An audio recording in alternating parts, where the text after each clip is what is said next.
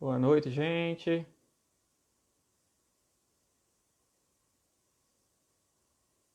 Aguardando já o Rogério aqui para a gente convidar. Vão chegando.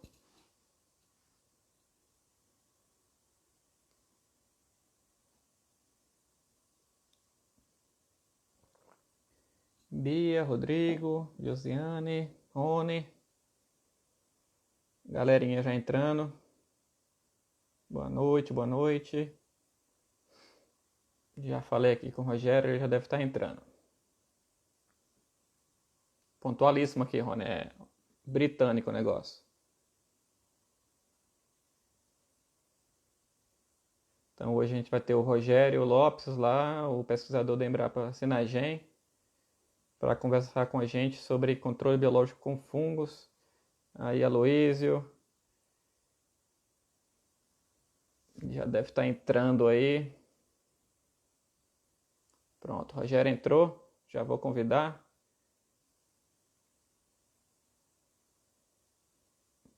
Adicionando o Rogério. Boa noite, gente. Ótimo. E aí, Rogério, tudo certo? Tudo bem, Thiago, tudo jóia. Tá me ouvindo bem? Todo mundo tá ouvindo bem? O pessoal comenta aí se tá tudo certo, o áudio. Tá tudo bem aqui. Olha, tudo certo. O Rogério, olha, quem viu a foto da divulgação deve estar achando que é outra pessoa, mas não, viu? É o Rogério mesmo, estilo aí quarentena, tá tudo certo, viu? Vem do saco, né? Gente, então vou aproveitar, o pessoal está entrando aqui, já temos quase 40 pessoas, Rogério, já entrando. Aproveitar para fazer a apresentação do Rogério. O Rogério Lopes, ele é pesquisador da Embrapa Senagem. Ele fez graduação, mestrado e doutorado na Exalc. E também teve uma experiência no setor privado, né? Trabalhou na Itaforte, foi sócio da Itaforte na época, uma das primeiras empresas na parte de controle biológico com fungos. E também teve uma experiência no exterior, que depois você pode falar aí também, Rogério. E eu queria que você iniciasse falando primeiro da sua trajetória na entomologia, né? Como que você começou e até você chegar hoje como pesquisador da Embrapa. E queria já agradecer, eu sei que você não é muito afeito a redes sociais, você foi mais um dos que teve que criar Instagram e tudo para poder participar aqui da live, então muito obrigado por ter aceito esse convite para esse papo. Que é isso, prazer é meu, Thiago. Bom, eu fiz agronomia, na verdade, eu entrei em 91, né, na Exalc, em Piracicaba, na USP, né. É interessante porque a minha entrada na área de controle biológico foi mais ou menos ao acaso, mas a minha entrada na entomologia não, né? Quando eu era adolescente, criança, assim, eu trabalhava, eu adorava brincar com inseto, né? Na rua, nos terreno baldio, né? Criava inseto, fazia coleção entomológica, né? Então, quando eu fui para Exalc fazer Exalc, eu já sabia que eu ia para entomologia, né? Entrei lá já no segundo ano, em 92, né? Comecei o estágio lá. E por um acaso eu comecei com o professor Sérgio Batista Alves, que foi o orientador desse, né, período posterior todo, né?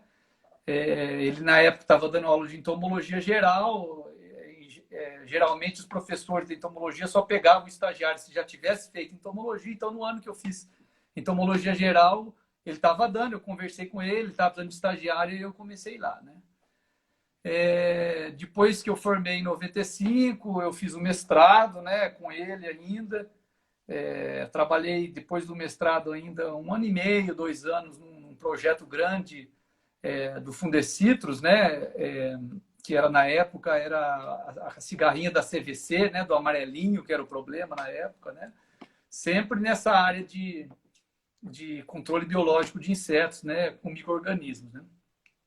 E o doutorado, eu entrei na sequência no doutorado.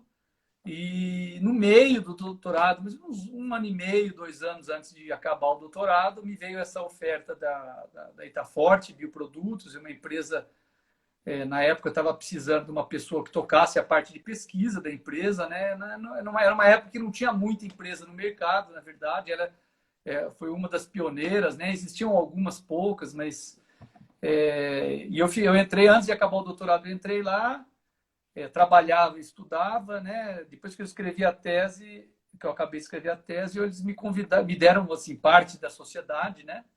Da empresa, e eu fiquei mais 4 anos trabalhando na empresa, né? E diferente do que hoje, as empresas maiores hoje que mexem com controle biológico, elas têm o pesquisador que faz a parte industrial de fermentação, o outro que faz a pesquisa, o outro que faz... Eu, no fim, fazia tudo, tudo ao mesmo tempo. Só não fazia a parte comercial, né? Inclusive, eu era um péssimo vendedor, né? O pessoal reclamava que eu estragava a venda, porque a gente vai uma formação mais técnica, né? E vai muito criterioso na parte de recomendação, né? Mas é mais ou menos isso como foi. E você, quando você foi para o exterior já depois de estar na Embrapa, então? No exterior eu fui já em 2015, né? Eu entrei na Embrapa em 2008, né? Então eu fui no sabático, né? Que é um programa que a Embrapa tem de treinamento. Eu fui para o exterior só em 2015. É um programa de 1 ano, né? Que a gente fica no exterior. Sim. Então tá ótimo. Bem, Rogério, eu já tenho, inclusive, até destacar o Pedro Neves está aqui, está com a moral grande, porque o Pedro criou também um Instagram agora. Eu acho que foi só para ver sua live, viu? Que o grande Pedro Neves está aqui, da UEL. Eu queria que você começasse a falar, o nosso público sempre é muito amplo aqui, a gente tem muito também aluno de graduação, de pós, tem pessoal de campo também, que já é né, agrônomos, técnicos de campo, tem pessoal que só é curioso mesmo de entomologia, que gosta de inseto. Então, como papo hoje, alguém já fez até uma pergunta aqui, já da área de fitopatologia, a conversa hoje aqui é de fungos utilizados no controle biológico, né, que a gente chama de entomopatogênicos. Eu queria que você comece a falar a parte básica mesmo de o modo de ação desses fungos. Como é que esses fungos agem sobre os insetos, para as pessoas entenderem melhor, quem não é muito aí da área, como é que ocorre essa ação dos fungos. Tá joia. Na verdade, o reino fungo é um universo, né? O reino dos fungos é um grupo muito grande, né? De organismos, né? A gente associa um pouco o fungo a coisa ruim, né? A doença, ou o mofo da comida, ou alguma coisa assim, né? Mas, na verdade, a maior parte dos fungos são benéficas a gente, né? Um grande grupo atua como decompositor, né? Na ciclagem de nutrientes. Obviamente, você tem alguns fungos patogênicos, né? Para animais e para plantas, né? Mas assim, o fungo tem muito mais benefícios, né? Por exemplo, toda a fermentação alcoólica que a gente tem, todas as bebidas alcoólicas são a partir de uma levedura que é do grupo dos fungos, né? Se você for fazer pão, você usa fungo. Se você for comer gorgonzola, tem fungo. Então, assim, a micologia, na verdade, é um terreno muito amplo, né? E você tem alguns fungos que são na agricultura, né, que são benéficos, que é o caso desse grupo que eu trabalho, que são os fungos que atacam invertebrados, na verdade. A gente usa a palavra entomopatogênico porque é mais comumente infectando insetos, mas eu gosto de usar fungos de invertebrados porque, além de insetos, os fungos atacam também alguns ácaros, né, nematóides, por exemplo, e outros invertebrados que não somente insetos, tá? O mecanismo de ação, eu vou falar de forma bem simples, até para não alongar muito, e eu fiquei sabendo, eu via na live da Janaíne que ela falou sobre vírus, então, para quem assistiu, né, o mecanismo de ação é completamente diferente dos vírus e das bactérias que atacam o inseto, né? Que, em geral, nesses dois casos, atuam por ingestão. No caso de fungos, o mecanismo de ação é por contato, tá? Então, a célula infectiva do fungo, né, ela invade o inseto pelo tegumento do inseto. Tá? Então, você imagina que no ambiente você tenha essas células infectivas, ou imagine que uma pessoa está aplicando um produto biológico, né, o inseto entra em contato com essas células, no tegumento do inseto ocorre a germinação dessas células, né, tá? Desses esporos, vamos dizer assim, e por mecanismos enzimáticos e mecânicos, ele invade pelo tegumento inseto. Então, você pode imaginar, pô, Rogério, mas aquele besourão cascudo, enorme, o fungo atravessa aquela carapaça toda, ele é capaz de atravessar. Na verdade, obviamente, dependendo do inseto, algumas regiões são preferidas para invasão, né? Especialmente essas regiões intersegmentares do inseto, né? Mas o funcionamento é assim, ele invade o inseto, ele germina, ele penetra aí dentro do hemocele, dentro do corpo do inseto. Vocês sabem que o inseto tem uma circulação aberta de sangue, né? Dentro da hemolinfa do inseto, do sangue do inseto, assim. Ele como se ele se multiplica numa forma de levedo, tá? Tipo, pode chamar de levedo, corpo e fal, né? Mas é uma fase vegetativa em que o fungo se dissemina pelo sangue do inseto, acaba ancorando os diferentes órgãos do inseto dentro do corpo e vai se multiplicando dentro do inseto, que aí é a fase que a gente chama de colonização, né? E durante esse período ele acaba morrendo, né? Nesse período que o inseto morre, né? O fungo produz alguns antibióticos, algumas micotoxinas, mais o efeito mecânico da própria colonização e do consumo do próprio inseto, né? Em determinado momento o inseto morre, né? Tá? Logo que ele morre, na verdade, você olha o inseto, ele fica meio duro, que é como se fosse uma mumificação. Como se fosse, não, é uma mumificação, né? Esses fungos que são especializados em invertebrados, eles bloqueiam, né, o crescimento de qualquer outro micro-organismo dentro do cadáver. Por isso o inseto não apodrece. Então ele não fica mole, não fica com cheiro. Uma das características claras da infecção fúngica, né, de uma micose, é o inseto ficar mumificado, né?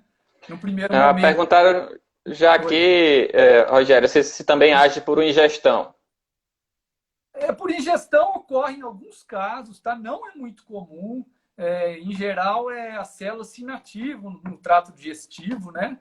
Mas em alguns casos, sim. Por exemplo, a gente tem experiência com mosquitos, larvas de mosquitos, que ingerem os esporídeos que estão na água em suspensão, né? E ele não germina, na verdade, dentro do trato digestivo, mas ocorre uma ação tóxica das células dentro do inseto e a larva morre. Ela nem chega a ser colonizada, mas ocorre a mortalidade, tá? Eu também já tive experiência de testar isso com baratas, porque o meu doutorado foi com barata, né? É um inseto extremamente interessante, apesar de nojento, né? O pessoal não gostar, ele é muito interessante para trabalhar como modelo de patologia, né? E eu fiz testes com ingestão, os esporos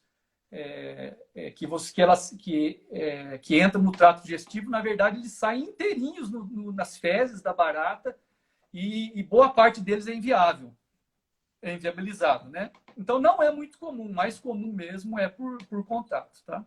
Certo. Pessoal da Oeste de Cascavel aí presente.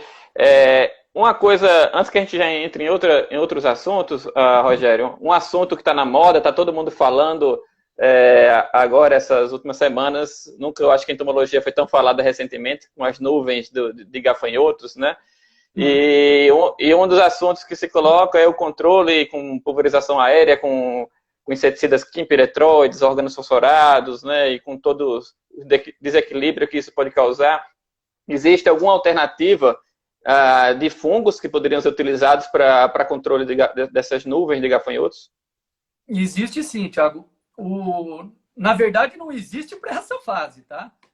Nesse momento em que a nuvem está voando, na verdade, eu entendo que já não é mais possível você fazer a aplicação. Possível mas não é mais efetivo, tá? Tem uma espécie de fungo que ocorre no Brasil, não é muito comum, ela é bem específica de ortópteros, tá? Que chama Metarrhizium acridum. É uma espécie que ela na África e na Austrália, né, tem um programa muito grande na África. Desde a década de 80 se vem estudando isso daí para controlar as nuvens de gafanhotos na África, né? Elas são várias espécies que são gregárias e formam essas nuvens, mas é um programa que o pessoal da França e os ingleses e os franceses, né, foram para desenvolver nos países que eram as antigas colônias, né, deles lá, desenvolver esse programa, porque lá o programa é muito mais sério que aqui, né? No Brasil, na verdade, a gente não tem nuvem de gafanhoto. A gente tem algumas espécies que se agregam, né, formam bandos, e aqui na década de 90, mais ou menos, assim, até o início do século XXI, foi desenvolvido pela própria Embrapa, aqui do Senargem, né? Eu não estava na Embrapa ainda, mas houve um programa de controle de gafanhotos com esse fungo, no caso era o Ramatoceros, como é que é a espécie? É o gênero Ramatoceros, né? Tá bom, daqui a pouco alguém fala aqui já nos comentários. Esticercoide, se não me engano.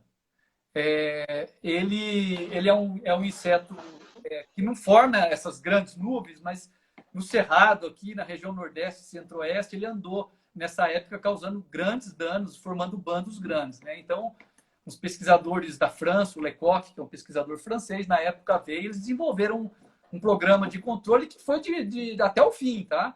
Desde selecionar o material, formular o produto, aplicar na frente dos bandos, né?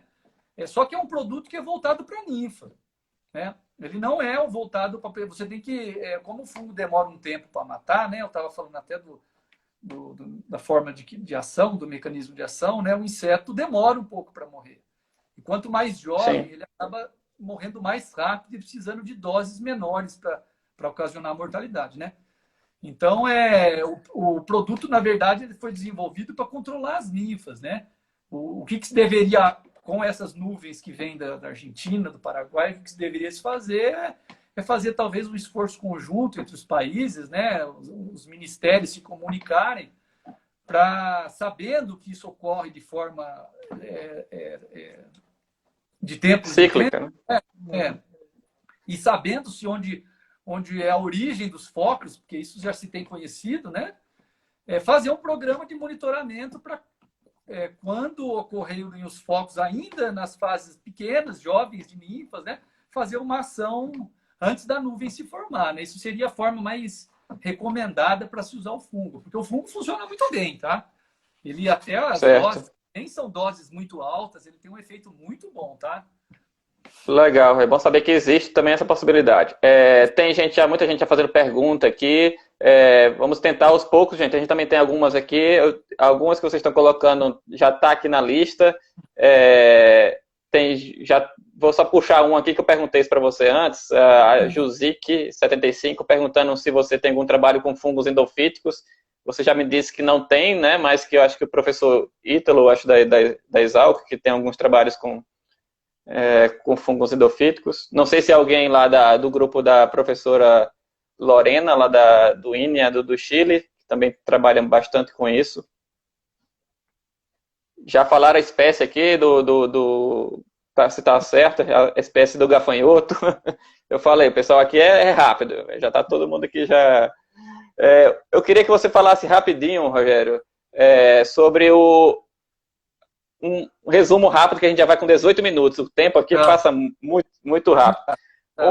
O que você... sobre o histórico, porque o Brasil é um exemplo hoje do controle biológico com fungos, né? E que já tem um histórico, né, muito bonito já de trabalhos.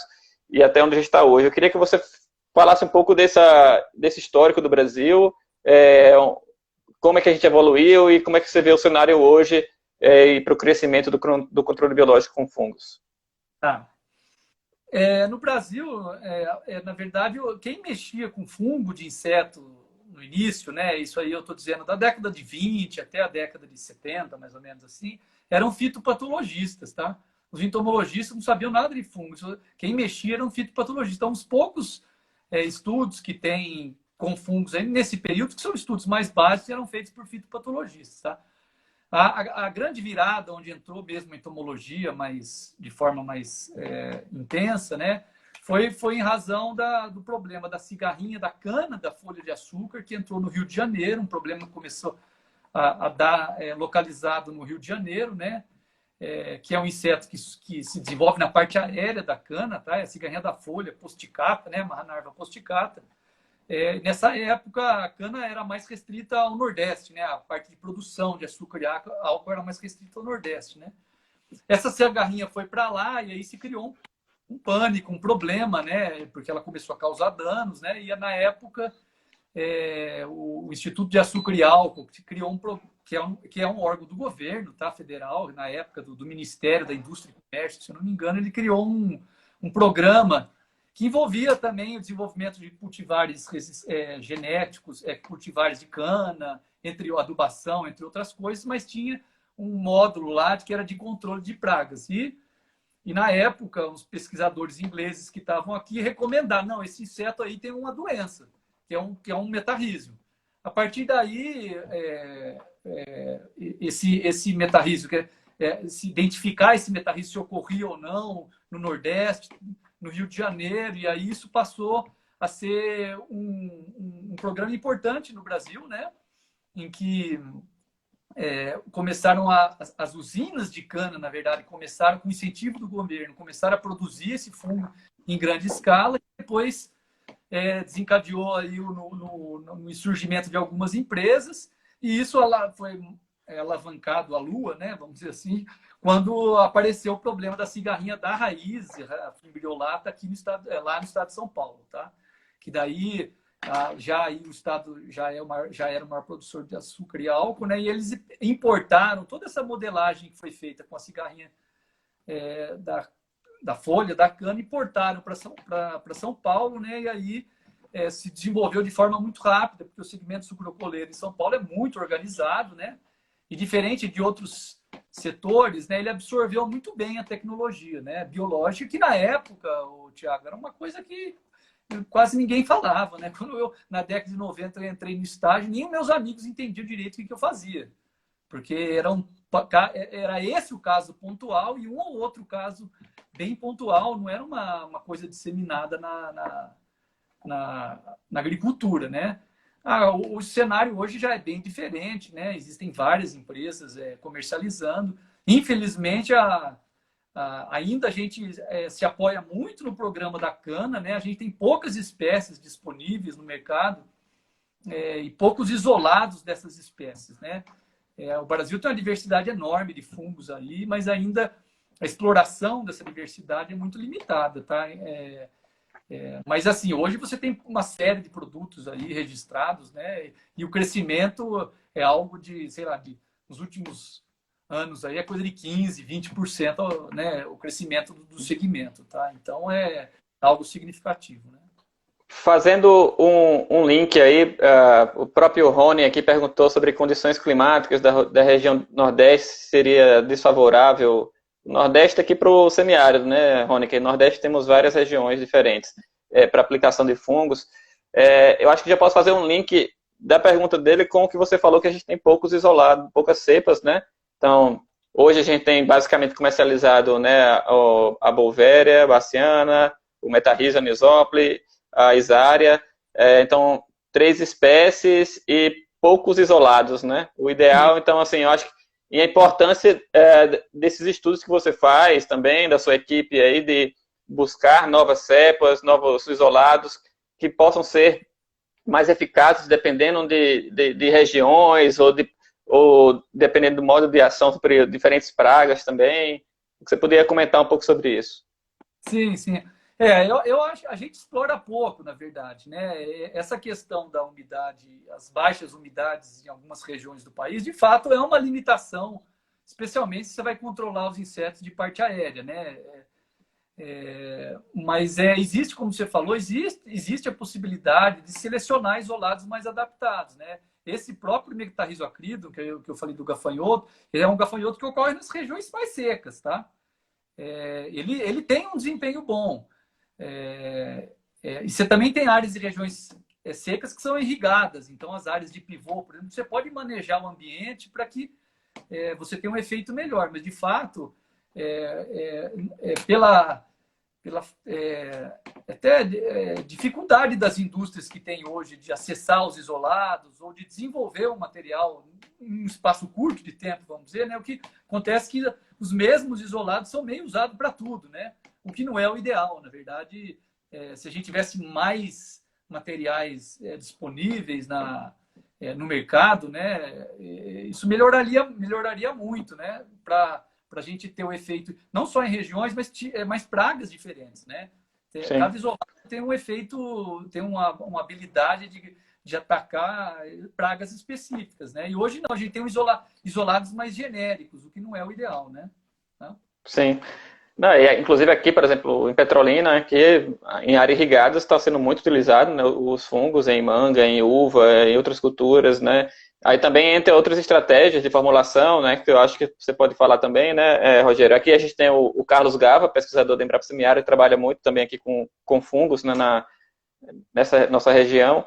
Então acho que horário de aplicação, são todas questões, acho que importantes também, né, para você vai estar utilizando um fungo para isso.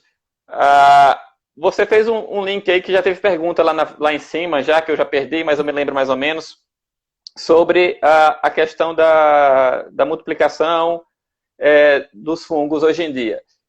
Tem, inclusive, está muito na moda os falar em on-farm, principalmente para bactérias, né, que está em todo o Brasil.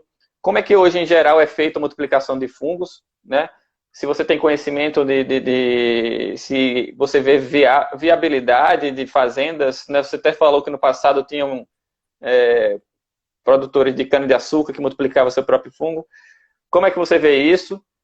Então, essa realidade para o campo, de como é que é a multiplicação dos fungos hoje, e já pode linkar também com pesquisas que eu sei que você tem de produção já diferente aí desses fungos.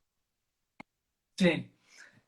Tá, eu vou falar primeiro um pouco de produção, é rápido, tá? Mas de forma bem grosseira, né? A gente tem dois tipos de fermentação, diferente das bactérias, que você faz uma fermentação sempre em estado líquido, né? Usando fermentadores, né? No caso dos fungos de inseto, a gente pode produzir ou na forma uma fermentação líquida, uma fermentação sólida ou semissólida, que é aquela que os grãos para produzir o fungo, tá? Existe, você pode também fazer as duas simultaneamente, fazer um bifásico, né? Uma fermentação líquida e depois você finaliza na sólida, né?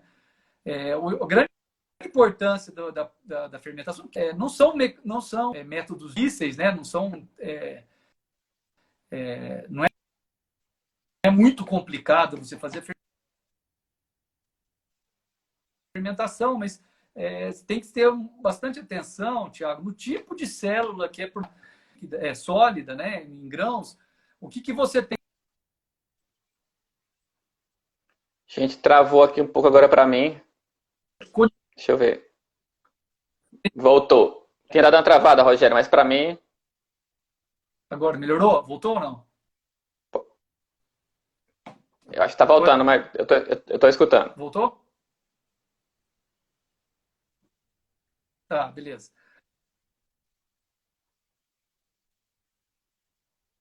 Que é uma célula infectiva. Quando você faz a fermentação no líquido, são geradas, né? É possível você gerar infectivas no meio líquido? É possível. Mas, em geral, a fermentação feita da forma adequada, ela gera muita biomassa micelial, né? Que é uma vegetativa do fungo, que não é infectiva, tá? Então, existem esses dois modelos de produção. E em relação ao on-farm, né, que de fato é uma discussão, ela é nova, velha, que eu falo, né? Para explicar por quê. Velha porque a produção on-farm já foi feita no Brasil há muitos anos atrás, tá? O on-farm é um nome fancy, né, para dizer produzir dentro da propriedade para consumo próprio. É isso que é o on-farm, né? Isso já foi feito. Como eu mencionei no caso das usinas de cana-de-açúcar, a fermentação deles era on-farm. Outros fungos também foram produzidos, por exemplo, em seringueira, por exemplo, a Michelin produzia on-farm. Eles faziam uma fermentação dentro da fazenda, né? Outros micro-organismos, por exemplo, vírus foi produzido, sempre foi produzido on-farm no Paraná, lá na década de 70, 80, antes da legislação de agrotóxicos e afins de 89, né? E parasitoides e predadores, que não são micro-organismos, também foram produzidos on-farm há muitos anos, né? Então, assim, é um assunto velho que ganha uma roupagem nova na discussão, porque a gente está também, de fato, em outro período, né? Eu acho que essa discussão, apesar de ser meio esquentada às vezes, de um lado ou de outro, né? Eu acho que ela é super importante, que inclusive ela catalisa alguns pontos importantes. A ministra do Meio Ambiente lançou há um mês atrás, né, o programa de bioinsumos, que é um programa do Ministério da Agricultura, para justamente incentivar o desenvolvimento de produtos biológicos, e E no lançamento do programa, né, foi colocada a consulta pública, 2 portarias aí, que uma, inclusive, é em relação à pública até o final do mês, que é o momento que todo Acho que voltou a cortar agora de novo, Rogério. as regras fiquem bem criadas, né? E que se eventualmente for legal a produção no farm, que isso seja feito de forma boas para que se evite os problemas que tem de uma produção mal feita, né?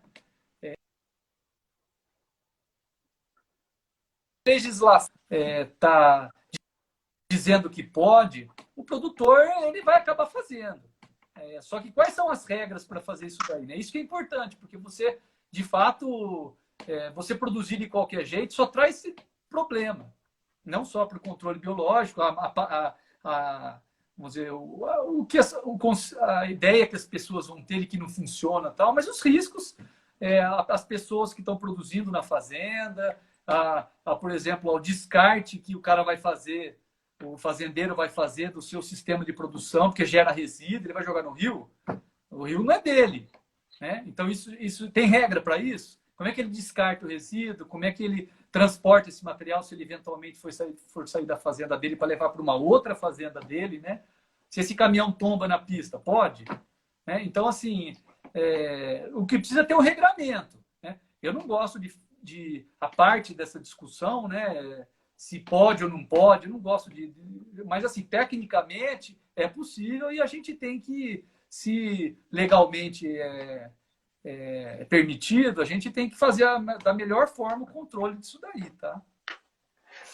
Legal, Rogério. Teve algumas falhas aí, mas acho que no geral sua internet voltou. Acho que agora tá bom. Aproveitando esse link aqui, Ildergar BT, que não sei, desculpe se eu li errado aqui, mas ela está perguntando se tem algum, na produção on-farm, aí você pode ter um problema de multiplicação de organismos maléficos no meio da multiplicação. Com certeza pode, né?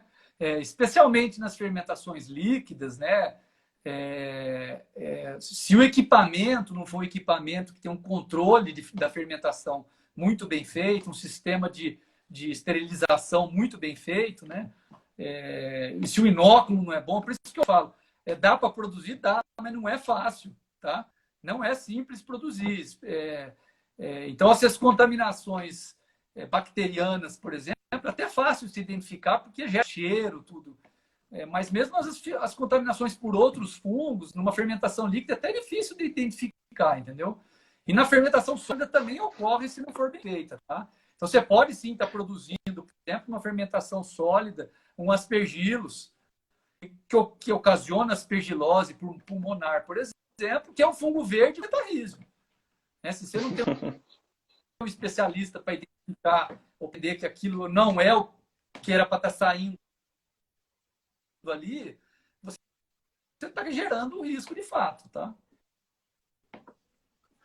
Isso é bem importante você destacar, né, Rogério? Eu acho que, assim, tudo, como você falou, né? Não é ter uma posição de que pode ou não pode, legislação, não entrar por essa área. Mas, assim, se alguém decide fazer isso, tem que buscar informação, se capacitar para fazer bem feito, né?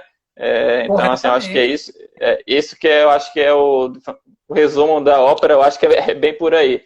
Já tem duas perguntas aqui que eu queria já fazer para você aqui. Uma do Marcos Roberto, que ele pergunta em relação à tecnologia de aplicação para fungos. Alguém perguntou se a pulverização eletrostática, se teria problema de utilizar.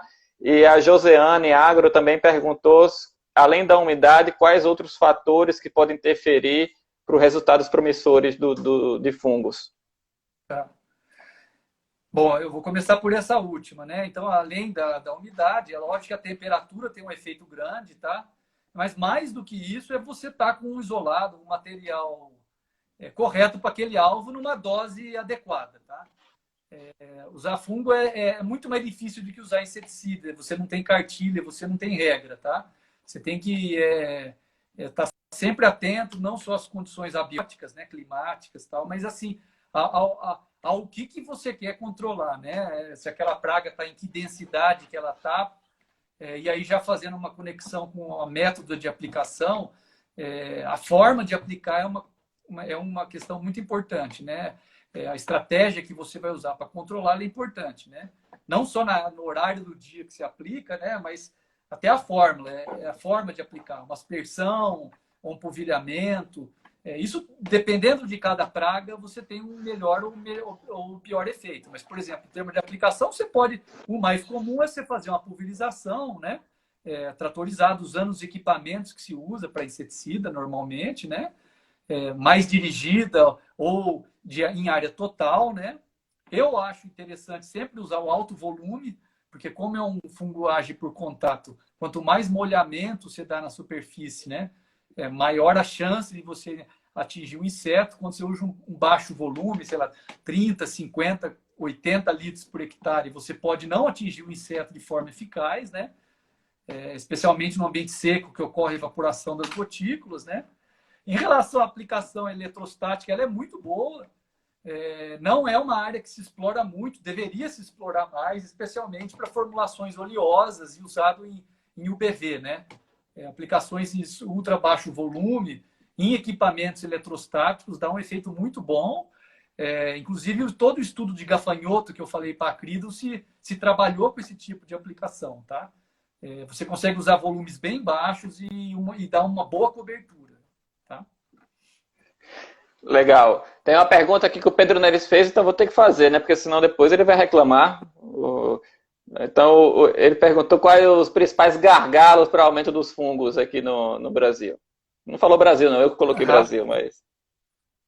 Rapaz, o cara dá a pergunta mais complexa que tem. Não, hoje, o gargalo como eu digo, a disponibilidade de isolados é uma coisa importante, tá? Eu acho que um gargalo principal que existia, a gente está quebrando, tá? Que era a resistência do agricultor. Isso era uma coisa que, na época que eu estava na empresa e fazia campo, você ia falar de fungo com o agricultor, ele achava que era doença de planta. Não vou jogar isso aqui não, rapaz, vai me pegar toda a planta aqui. Então, o entendimento, né, de que esse grupo de micro-organismo é benéfico e ele pode ajudar é muito mais. Nenhum aluno sai da graduação hoje sem saber o que é metarrísio, o que é bovéria. Isso é uma coisa que já está incorporada. Então, obviamente não em todos os lugares, mas é um dos gargalos que está sendo superado, né? Aqui em Petrolina já tem outdoor de Bovéria na cidade. Então, Nunca pensei que ia ter outdoor de controle biológico. Imagina. Outro problema que a gente tem, que também vem melhorando bastante, é a disponibilidade, né, de produto e a qualidade dos produtos, tá? Os produtos eles têm muito pouca tecnologia.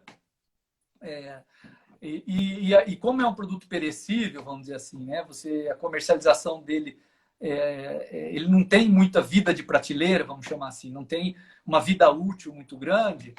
A comercialização muito semelhante a veneno não funciona muito bem, tá? Por que a gente vem superando? As empresas vêm melhorando muito, fórmulas ajudam muito, né, de estabilizar o produto, né?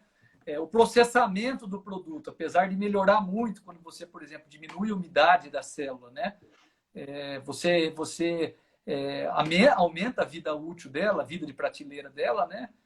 O processamento das indústrias ainda precisa melhorar muito, tá? Esse sistema de secagem, de extração, de armazenamento na própria fábrica, o transporte, né? Vem melhorando, mas vem melhorando devagar, né? Então, assim, a qualidade do produto hoje é um gargalo importante ainda, mas que acho que a gente vai caminhando para melhorar nisso daí, né? Bem legal. Rogério, a Mariana Guedes pediu para repetir que travou, acho que quando você falou, qual é a consulta pública do mapa que está em aberto para produtos biológicos? Na verdade, eu até tenho ela aqui, lançado no programa de Binsul, é uma portaria 103. São duas portarias, a 103 de maio de 2020 e a 110 de junho de 2020. Essa 110 é a que trata da parte de fermentação on-farm, porque está ligado à lei de orgânicos, né? A lei de produção de insumos orgânicos, né? Na verdade. Então, essa Beleza. outra que eu falei, a 103, está ligada com a normativa 3 de 2006, que é uma normativa que está embutida dentro do decreto de 2002, né, que é ligado à lei de agrotóxicos e afins. Ali é a parte, não de on-farm, mas é a parte de regras, do regramento que querem dar novo para registros de produtos comerciais de indústrias, né, na lei de agrotóxicos e afins, dando mais uma melhoria, né, vamos dizer, uma ajustada regras, tá? Certo. Uma coisa que você estava falando agora há pouco, acho que também envolve isso um pouco de formulação, tempo de prateleira. A Francesca Cotrim pergunta o que fazer para garantir viabilidade do fungo após a formulação, pós-formulação. Sim, eu assim, trabalhei muito com formulação, tá? Eu trabalhei muito com formulação de vários tipos, as formulações oleosas, a gente desenvolveu um grânulo dispersivo em água, várias diferentes formulações em pó, tá? A formulação ela dá grandes avanços, dá vários ganhos em várias áreas, quando você pensa no efeito no campo, tá? Ela ajuda muito em aumentar, por exemplo, a adesão ao inseto ou a superfície em que ele é aplicada, alguma coisa de radiação. Às vezes, as formulações oleosas podem, por exemplo, proteger da ação de inseticidas químicos polares, né? Se o corídeo está dentro da gota de óleo. Você tem uma série de benefícios, mas a experiência minha dos últimos, sei lá, 20, 25 anos que eu trabalho testando, e a gente vem testando muito a parte de estudo de armazenamento, estudo de prateleira. Na verdade, as formulações, eu não queria ser muito desanimador, mas elas não dão muito ganho de vida de prateleira, na verdade, tá? Elas dão algum ganho, tá? Melhora alguma coisa, mas não é a formulação que melhora a vida de prateleira, tá?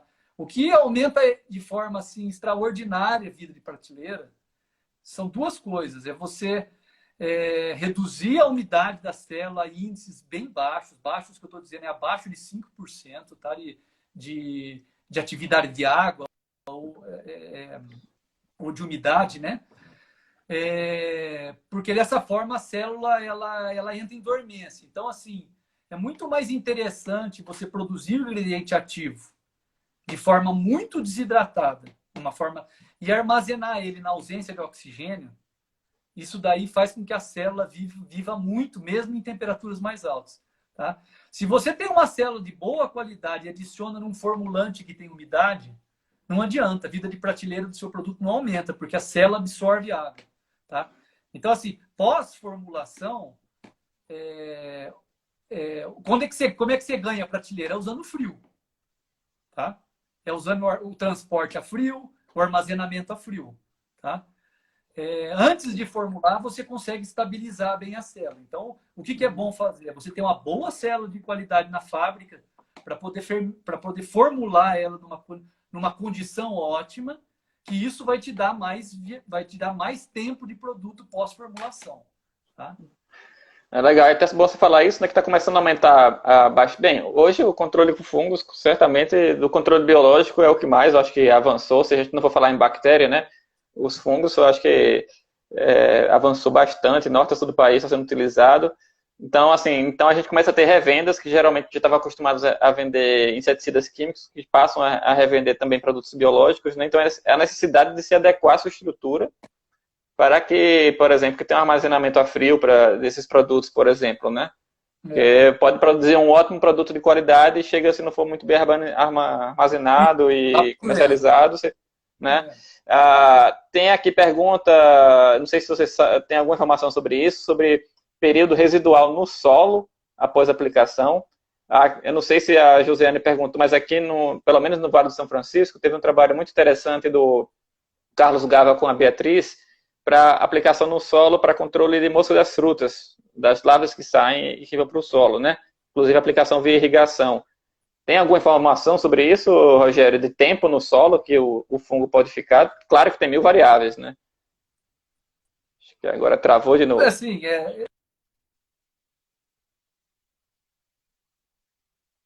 Alô? Agora voltou? Tá escutando? Tá voltando, pode falar aí. Agora foi. Agora sim. Em geral, Thiago, depois de uma aplicação, o fungo, seja na superfície foliar ou mesmo no solo, ele não dura muito tempo, tá? Especialmente se você colocar o fungo na água, umedecer o esporo para aplicar, ele não dura muito tempo. Em especial esses produtos que são à base de conídeos, né? As células que é a maior parte dos ingredientes ativos dos produtos, tá? Então ele dura alguns dias, é lógico o que você falou, vai depender da condição do solo, da condição do ambiente. Ou seja, não adianta você querer aplicar se não tem um inseto, tá? Você fazer uma aplicação completamente preventiva, porque apesar dele sobreviver algum tempo no solo, o inóculo vai caindo. A população dele se mantém muito no solo justamente sob o hospedeiro, tá? Então, o que acontece é que quando o inseto é infectado e depois produz novas estruturas, e ele produz milhares de estruturas, entendeu? Mas aquela célula que se aplicou, na verdade, não dura muito tempo. Tá? É até bom, porque se não fosse biodegradável, iria ser pior que veneno. Vamos pensar assim, se o ficasse lá eternamente, né, isso causa um desequilíbrio. Né? A natureza, na verdade, procura equilibrar isso daí. Tá? Então, assim, existe o residual. Agora, algumas células já são mais apropriadas. Hoje a gente tem uma geração de produto que tende a aparecer, né? A gente já sabe que para tricoderma, o pessoal já está trabalhando isso, que são outras estruturas. Então, a produção, por exemplo, de microescleródios em fermentação líquida é uma estrutura já apropriada para se aguentar essas condições. Então, no solo, ela persiste muito. É só você pegar, por exemplo, o mofo branco, que ataca soja, feijão, que produz escleródio. Né? Nem fogo mata escleródio, né? Então, você consegue induzir por fermentação líquida essas estruturas. A tendência é que essas estruturas tenham uma estabilidade melhor no solo, tá? Então, isso varia muito com o solo, com a estrutura que você está aplicando, a forma que você aplicou, tá? É bem variado. Ótimo. Rogério, tem muitas perguntas. Depois, inclusive, eu acho que não dá para a gente fazer tudo aqui, o tempo é curto. Você pode até deixar o seu e-mail depois, Rogério, para quem quiser entrar em contato. E também se colocar lá, Rogério Lopes Embrapa Senagem, aparece já a cara do Rogério lá, e-mail, tudo. E vocês podem entrar em contato com o Rogério, o que a gente não conseguir bater papo aqui.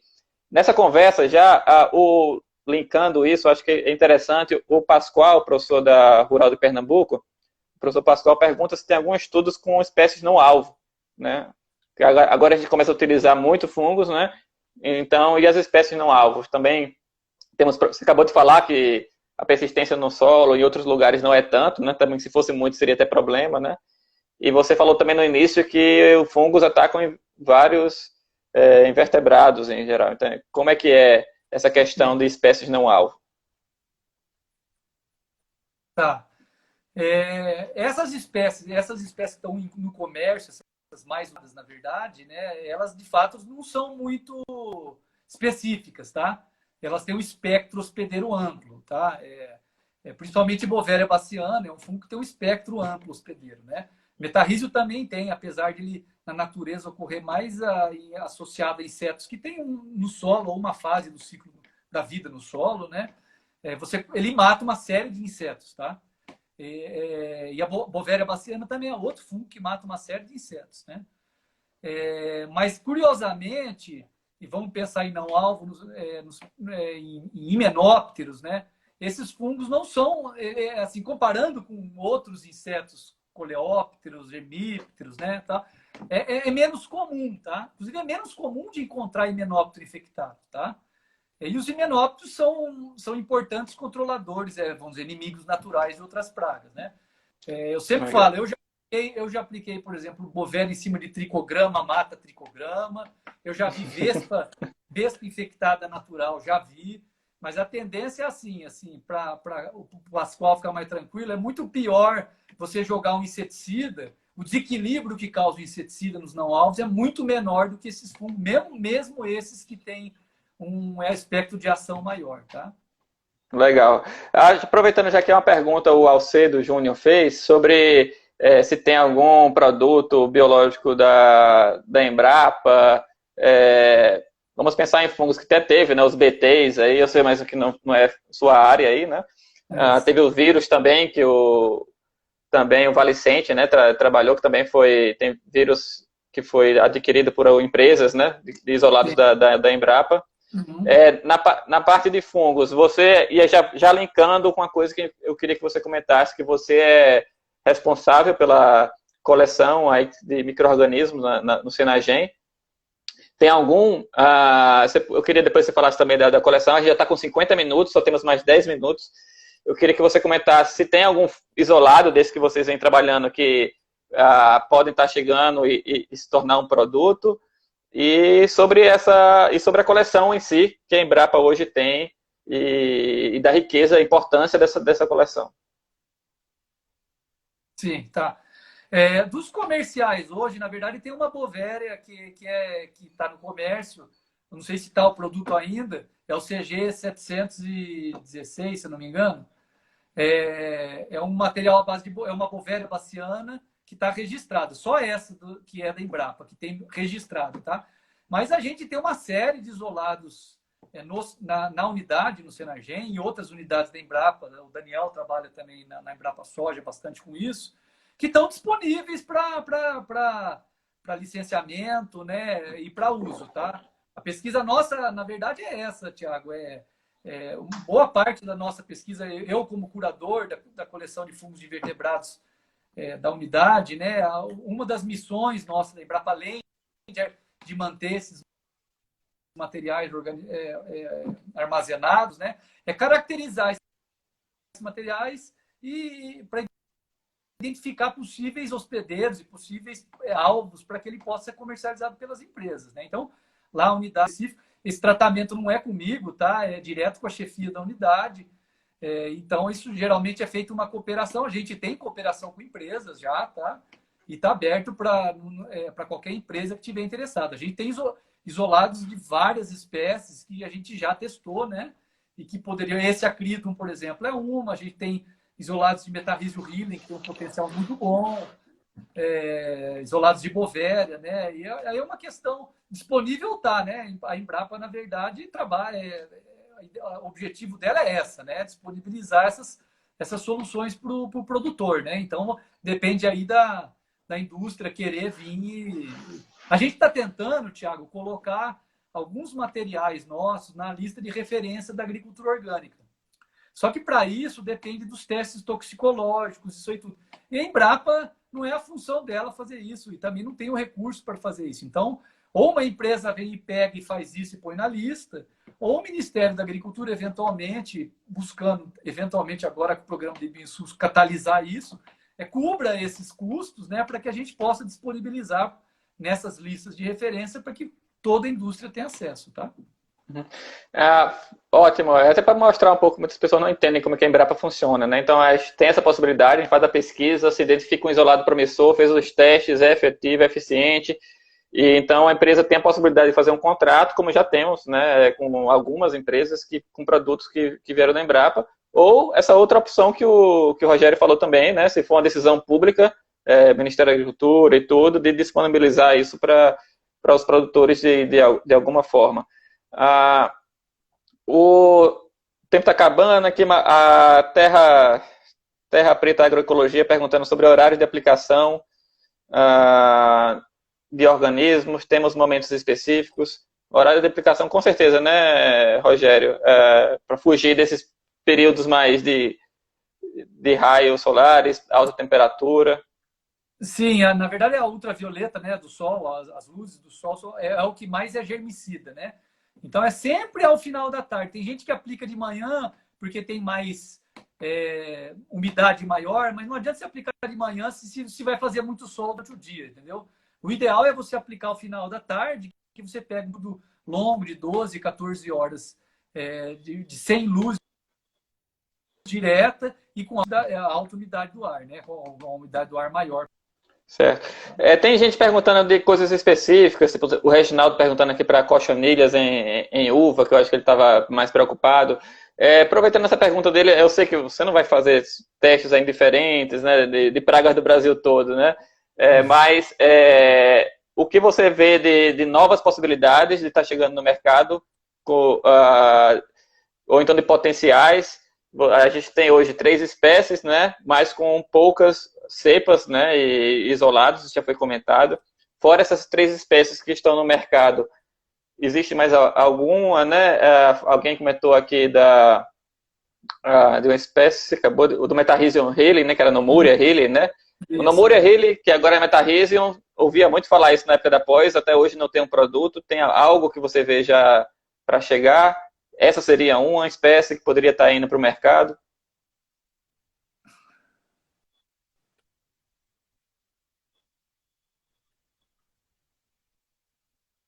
Rogério, tá ouvindo? Oi. Agora voltou, deu uma travada. Ô, Thiago, Tá meio rodando aqui a tua cara, mas bora ver se retoma aqui para a gente finalizar. Tá ouvindo agora? agora deu. Eu acho que assim, de produto, logo vai aparecer o Metarhizium Riley, né? A gente tem duas linhagens boas na Embrapa e o pessoal está atento a esse fungo que tem uma característica diferente dos outros, que apesar de ser um lagarticida, né? Não atacar outros insetos, ele é muito episótico, trazer um benefício muito, somente em áreas em que você pode irrigar, tá? Para grandes culturas, inclusive. Existem alguns outros fungos que eu acho que são pouco explorados, o Acanthomyces, que é o antigo Lecanicilium, eu acho que o fungo tem um potencial enorme, especialmente em cultivos. Falou-se aí de cochonilha, né? É um caso que esse é um ótimo fungo, mas outros insetos sugadores em geral, flores, hortaliças, cultivos protegidos, é um fungo que, se tivesse, eu entendo que teria um mercado interessante, tá? Além do Legal. por exemplo, para casos específicos, né?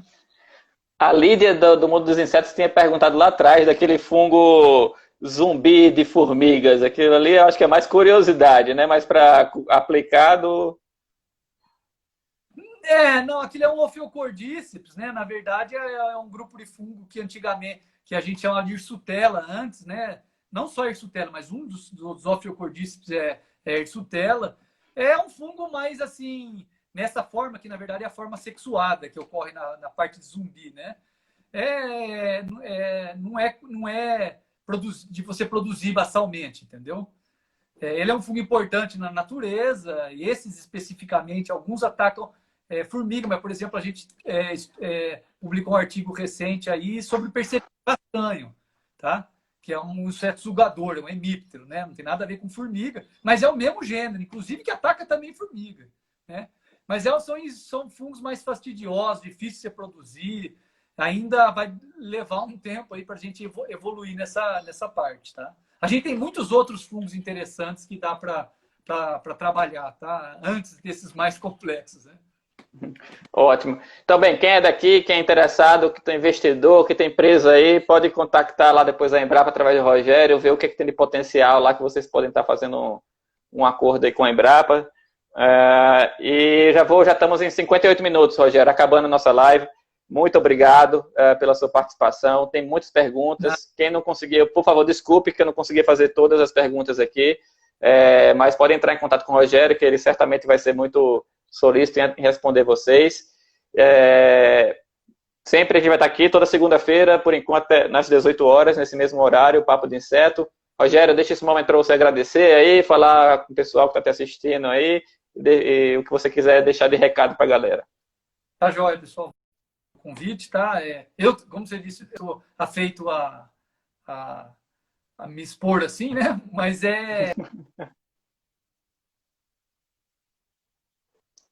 o meu é rogério.lopes@embrapa.br, né? Vai escrever alguma coisa. Me desculpe aí se não deu para. Parece que uma hora é muito, mas não é muito, não. O tempo passa rápido e a gente não consegue responder, né? Mas fica para uma próxima, se der. Valeu, Rogério. Muito obrigado. Mas foi realmente conversa boa, o papo vai rápido, passa assim, né? Uma horinha que foi rapidinho. Muito obrigado. Estamos aí à disposição. Querendo vir aqui em Petrolina, já está convidado para conhecer aqui a nossa região. Abração. Obrigado. Vamos comer um bom. Tchau, tchau, galera. Obrigado.